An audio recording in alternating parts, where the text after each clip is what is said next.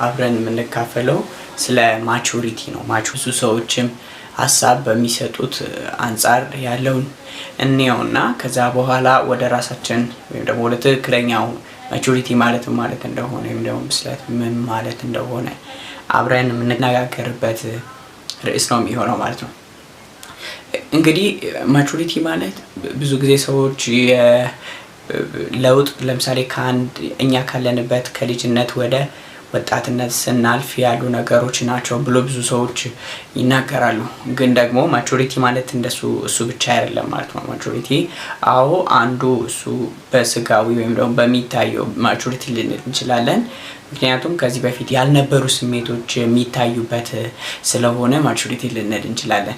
ግን ደግሞ ማቹሪቲ ማለት ብዙ ሰዎች ብዙ አመለካከት አላቸው። ግን ትክክለኛው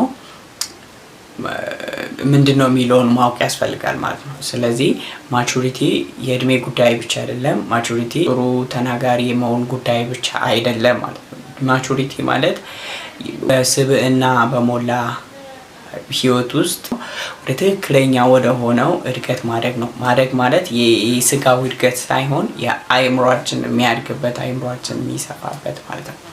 ስለዚህ ሰዎች የሚናገሩት ነገሮችን ብቻ አስበን ማቹሪቲ ነው ማለት አንችልም ማለት ነው። ማቹሪቲ ብለን የምንጠራ ነገር ምንድነው? የአንደርስታንዲንጋችን ወይም ደግሞ መረዳታችን ከነበረው ትንሽ ከፍ ማለት ሲችል ነው ማለት ነው። ከነበረው ከፍ ማለት ሲችል ነው። ያ ማለት ለምሳሌ ከዚህ በፊት እንደዚህ ልናስብ እንጂ በሆነ ጊዜ እንደ ልጆች ማሰብ እንችላለን። ያኛው ወደዚህ ስንመጣ ገት ነው እንጂ የሚያሳየው ማቹሪቲ አይደለም ማለት ነው። ማቹሪቲ ማለት የአንድ ሰው በጥበብ የማደግ ጉዳይ ነው ማለት ነው እንጂ እኛ በራሳችን ወይም ደግሞ ብዙ ሰዎች ባሉን ልክ